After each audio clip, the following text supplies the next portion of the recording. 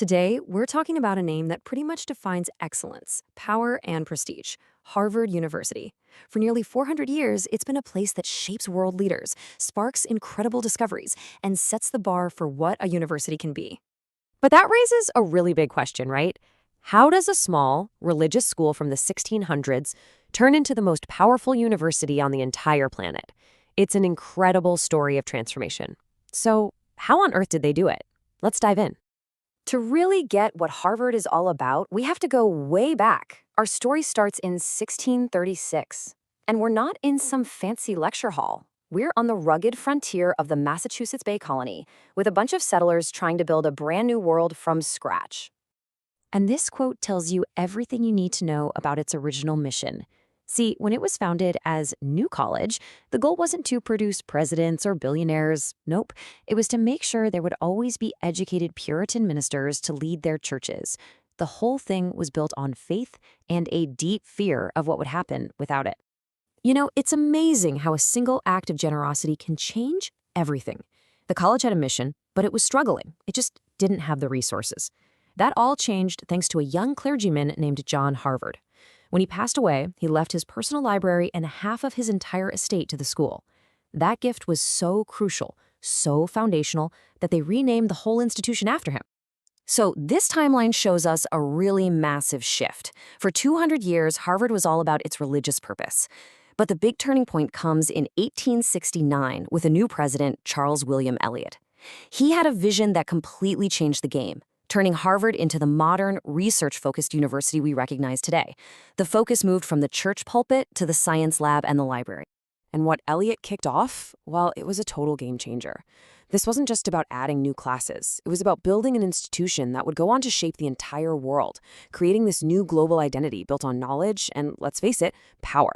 Okay, if you really want to wrap your head around Harvard's influence, you've got to look at the money. That number, that's the largest academic endowment on the planet. It's the fuel that allows Harvard to attract the absolute best talent, fund incredibly ambitious research projects, and stay independent in a way that almost no one else can.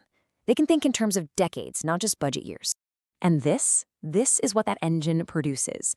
You look at all the different schools, law, medicine, business, you name it, and you realize it's basically a production line for the global elite. The influence of Harvard's alumni is just everywhere.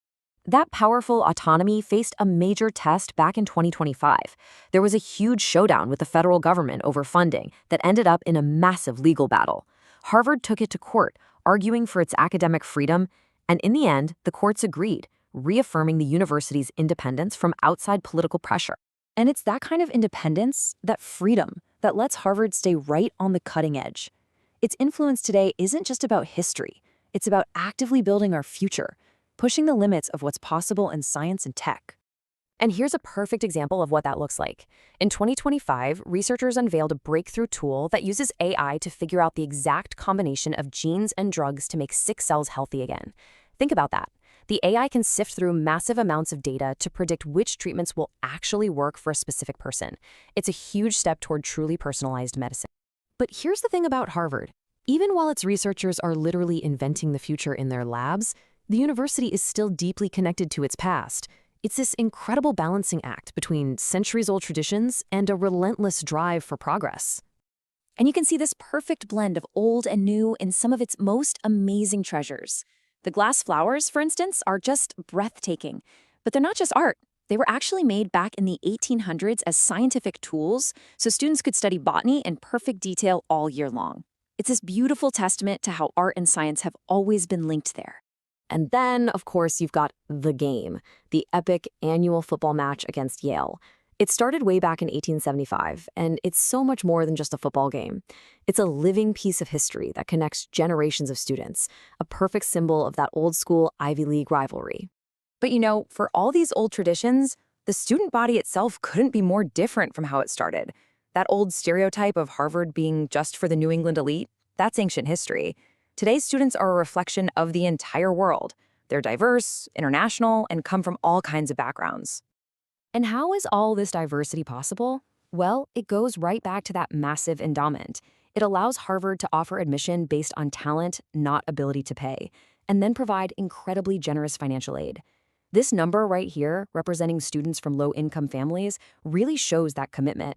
So, when you step back and look at the whole picture, 4 centuries of change, from training ministers to editing genes, from educating a small colonial elite to a truly global student body, what's the one big idea that keeps pushing Harvard forward?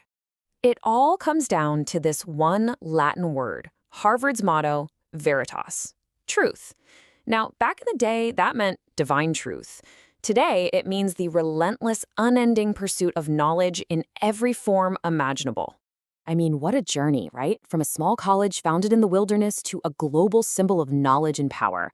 The story of Harvard is really a story of constant change, all of it driven by this powerful, enduring belief in the power of ideas.